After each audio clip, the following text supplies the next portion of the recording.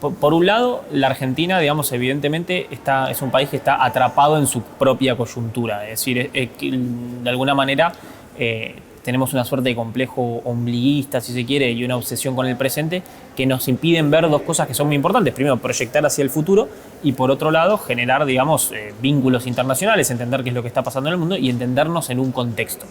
Ahora, por otro lado, te diría que eso es una Argentina. Hay otra Argentina que evidentemente esto lo ve, lo entiende, es la Argentina de las 11 empresas unicornio, la Argentina, digamos, del mayor talento humano de América Latina, el mayor capital humano de América Latina, con muchísimo talento, con muchísima capacidad. Entonces, el gran desafío que tenemos, creo, en los próximos años es compatibilizar estas dos Argentinas, es decir, lograr, de alguna manera, extender un poco esta visión de una Argentina más desarrollada, más progresista, más tendiente hacia una mirada de futuro, y evitar, digamos, esta obsesión con el presente y esta mirada muy ombliguista que a veces nos caracteriza. Bueno, creo que ese es primero el gran desafío que tenemos y segundo, hay una realidad, ¿no? La dinámica tan compleja, coyuntural y a veces esa necesidad de siempre ir arreglando, construyendo sobre problemas o arreglando con parches, nos lleva a tener una vocación emprendedora, una capacidad resolutiva muy grande y evidentemente eso genera una mentalidad muy orientada hacia generar este tipo de emprendimientos, este tipo de empresas. El problema es que esto lo que nos permite es que surjan las empresas. Es decir, el famoso efecto Messi, ¿no? El argentino con mucho talento que genera algo muy bueno, muy disruptivo.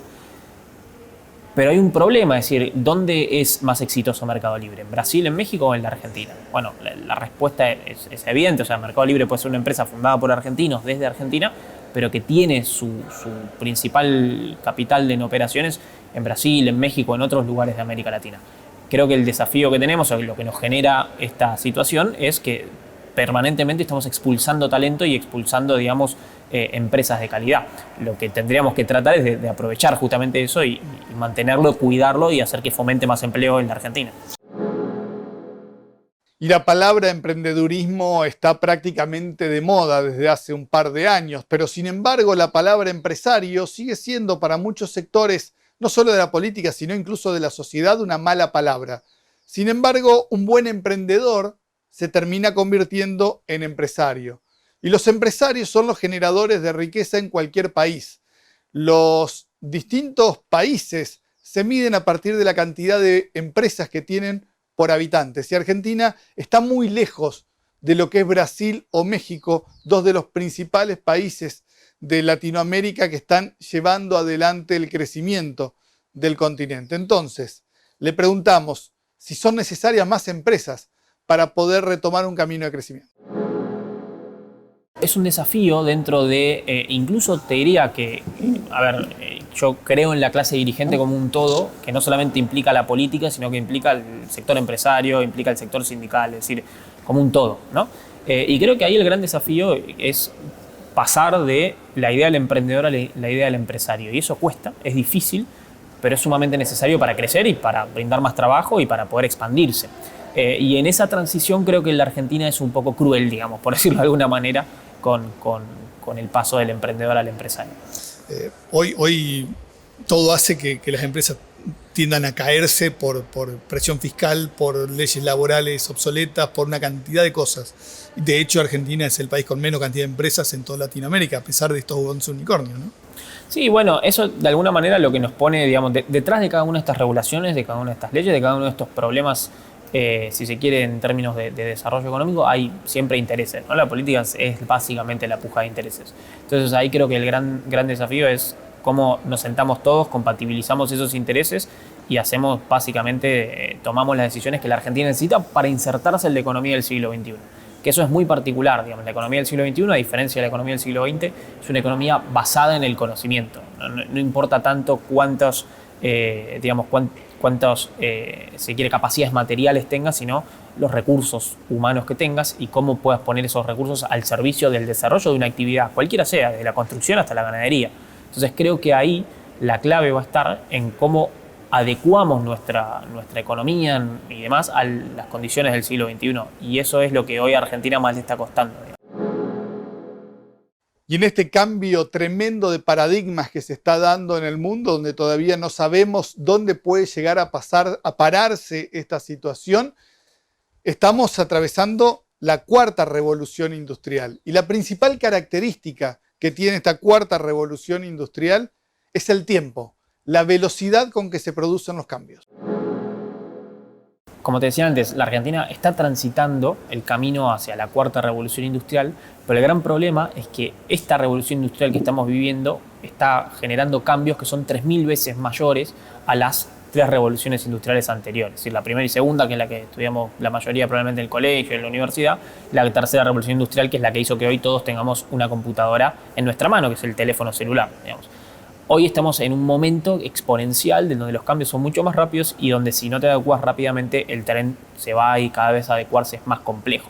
Pensemos que hoy en muchos lugares de la Argentina no llega básicamente el 3G y estamos hablando de la revolución del 5G, ¿no? Que básicamente genera o permitiría desarrollar digamos, subida y bajada de archivos de internet a una velocidad de milisegundos. Y eso es fundamental, por ejemplo, para todo el desarrollo de tecnología en sectores como, por ejemplo, el agro. Entonces, hoy tenemos que estar pensando en eso y tenemos que estar discutiendo eso, digamos. Creo que esas son las grandes discusiones del futuro. Es un problema de agenda, entonces. Es un problema de agenda y es un problema a veces también de una mirada, como decíamos antes, de una agenda y de una mirada muy concentrada en el presente y en la coyuntura. Es decir, si nosotros continuamos discutiendo la coyuntura, nos va a ser muy difícil tener una mirada a largo plazo y mirando hacia el futuro. Y como decimos siempre, el gran problema, el gran peligro que tienen las empresas es quedarse mirando solamente la coyuntura y dejar de ver todo lo que está sucediendo en el mundo. Porque si logramos atravesar esta coyuntura, que lo vamos a hacer como Argentina siempre ha atravesado todas estas crisis económicas, el tema es que cuando querramos competir a nivel mundial, ahí va a ser mucho más difícil. Es una cuestión también de cómo insertarse en el mundo y la decisión de qué es lo que queremos, digamos, proyectar y cómo nos vamos a insertar en cadenas globales de valor. Es decir, el siglo XX, digamos, fue un siglo donde de alguna manera lo que fuimos haciendo fue decir, bueno, ¿en qué producto nos destacamos más? ¿No? Hoy eso se vuelve mucho más específico. Y verdaderamente, digamos, hay algo, yo siempre uso la misma analogía porque me parece que es bastante gráfica. Probablemente muchos de los que nos están mirando, escuchando del otro lado, tienen un iPhone. El iPhone tiene una leyendita atrás que dice ensamblado en China, diseñado en San Francisco. El valor económico del iPhone, digamos, se lo pueden imaginar dónde está. No está en el ensamblaje que se realiza en China, que es básicamente la industria del siglo XX, una industria material, sino en el diseño en San Francisco, una industria, digamos, del conocimiento, una industria basada en el capital humano, donde el trabajo humano es fundamental, pero donde también ese trabajo, lo que brinda valor agregado, digamos, es el conocimiento de la persona y no las máquinas que vos tengas, si se quiere, de alguna forma. Creo que ahí es donde tenemos que poner el foco. Creo que el foco tiene que estar puesto en la calidad del trabajo, en el diseño, digamos, en la economía de la cuarta revolución industrial. Y a veces nuestro foco está muy puesto en la economía del siglo XX, ¿no? Cuando pensamos, por ejemplo, en los recursos naturales que tenemos y demás, creo que ponemos mucho el foco en la economía del siglo XX y no adecuamos nuestras actividades económicas a las actividades del siglo XXI. Hoy el mundo está en una guerra por los talentos, guerra en el sentido, digamos, más si quiere, literario de la palabra, ¿no? Pero es completamente una batalla por los talentos, que además no solamente, o sea, a veces se mide la fuga de talentos en cuánta gente emigró. No tiene que ver solamente cuánta gente emigró. Vos acá podés tener en Paraná personas trabajando para empresas de Estados Unidos y eso no lo tenés mapeado. Y hay gente que sale fuera del sistema y que está inserto en otro sistema laboral y económico y que está viviendo al lado de tu casa. Entonces, creo que hoy eso es uno de los grandes desafíos que tienen las economías menos desarrolladas. Al mismo tiempo, eso nos permite también, digamos, diferenciarnos. Hoy tenemos trabajo de muy buena calidad a un costo relativamente bajo. Entonces, eso puede ser una ventaja comparativa. Pero si lo sabemos aprovechar, es decir, si el día de mañana el salario real en dólares vuelve a estar súper alto, bueno, evidentemente vamos a haber perdido ese mercado y nos dedicaremos a otra cosa. Pero esto tiene que estar inmerso en una mirada estratégica de país, que es un poco lo que falta. Y ahí es donde viene lo que es una amenaza, termina siendo algo positivo, porque todos aquellos talentos que tienen la posibilidad de trabajar en otro lugar después de la pandemia, sobre todo, buscan trabajar en lugares totalmente aislados, totalmente cómodos y totalmente amigables con el medio ambiente, que no son las grandes ciudades. Bueno, sin ir más lejos, si querés te cuento mi experiencia personal, no por ser, digamos, autorreferencial, pero yo después de la pandemia me trasladé a vivir a Pinamar, ¿no? Es una ciudad balnearia a 300 y pico de kilómetros de Ciudad de Buenos Aires. Claramente hoy las ciudades, digamos, intermedias tienen, digamos, una gran posibilidad, pero la clave me parece ahí va a estar en desarrollar la infraestructura necesaria para permitir que esas personas se instalen y se desarrollen en este tipo de ciudades. La economía del conocimiento es hoy la gran inversión que tenemos que hacer. La República Argentina está dotada de muchísimo talento, de muchísima gente con una capacidad tremenda para poder desarrollarlo. Entonces, tenemos que empezar a entenderle un poquito más a la economía del conocimiento y apoyar de distintas maneras para el desarrollo de esta que puede ser una de las grandes ventajas competitivas que puede llegar a tener nuestro país, y lo está demostrando a partir de la cantidad de unicornios que tiene hoy nuestra República Argentina. Yo creo que la Argentina ha demostrado ser muy resiliente y ha logrado adaptarse bien en algún sentido a este tipo de transformaciones. Pero es fundamental hacerlo rápido. Es decir, es fundamental tener presente que tenemos las capacidades para hacerlo, pero que si no nos ponemos las pilas, evidentemente se nos va a pasar el tren. Y esto es muy importante verlo. Nosotros hace 12 años duplicábamos a Polonia en exportaciones de economía del conocimiento. Hoy Polonia exporta casi 10 veces más que nosotros. En 10 años, digamos, tuvimos esa brecha. Y no porque nosotros hayamos dejado de exportar, nosotros nos estancamos, pero Polonia creció muchísimo, Colombia está creciendo muchísimo, Uruguay está creciendo muchísimo. Entonces, es hora de que definamos una mirada estratégica del país y, digamos, un poco lo ideal desde mi punto de vista sería que esté inmersa en las ideas del siglo XXI. Y esa tarea no solamente es del país, sino que las provincias o los municipios pueden hacer mucho a pesar del país. Sin duda, y se está haciendo, pero ahí es muy importante, traigo otra vez el concepto de clase dirigente, ¿no? Es importante tener un sector empresario, un sector, digamos, una dirigencia política, un sector sindical, digamos, que un poco pueda ponerse de acuerdo en eso. Bueno, ¿cuál es nuestra mirada estratégica como ciudad, como provincia? ¿Hacia dónde vamos a apuntar? Y pongamos un poco los cañones hacia ese lado. Creo que a veces en la Argentina falta eso, esa planificación más de largo plazo, acordada y consensuada, con una mirada obviamente global. Y entender el rol de la economía del conocimiento y entender a las nuevas generaciones es entender una nueva forma de trabajar y de relacionarse. Uno de los aspectos fundamentales en toda esa historia son los sindicatos y son uno de los pilares necesarios para poder desarrollar hoy este nuevo mundo en el cual estamos viviendo, a pesar de que en Argentina todavía no nos hemos dado cuenta, y que tenemos que transformar para generar crecimiento. No podemos seguir con contratos laborales desde hace 50 años atrás. Yo trabajo realizamos en la Universidad Católica Argentina un posgrado específicamente de futuro del trabajo para sindicatos. Y te diría que un poco la lección que obtuvimos de ahí es, hay una conciencia de que esto, de la forma en que está planteado, no es beneficioso para los trabajadores, es decir, y no es beneficioso para los sindicatos en general, es decir, cada vez vemos que menos gente está afiliada a los sindicatos, un poco porque la economía colaborativa del siglo XXI genera eso, ¿no? Genera otro tipo de empleo. Ahora, el sindicato tiene un rol fundamental, que es, por ejemplo, entre otras cosas, el rol de la formación profesional. Es decir, hoy tenemos que pensar que cada 5 años, esto es un estudio del Foro Económico Mundial, cada 5 años cambian el 35% de las habilidades necesarias para trabajar en una empresa. O sea que en 5 años, en 10 años, van a cambiar prácticamente el 100%. Y eso, digamos, nos pone ante una disyuntiva, es cómo vamos a hacer para formarnos para trabajar en el futuro. Bueno, ahí el sindicato cumple un rol muy importante, es decir, la formación de los trabajadores que ya están inmersos en el sistema y la recapacitación. Eso es algo que se está discutiendo en todo el mundo.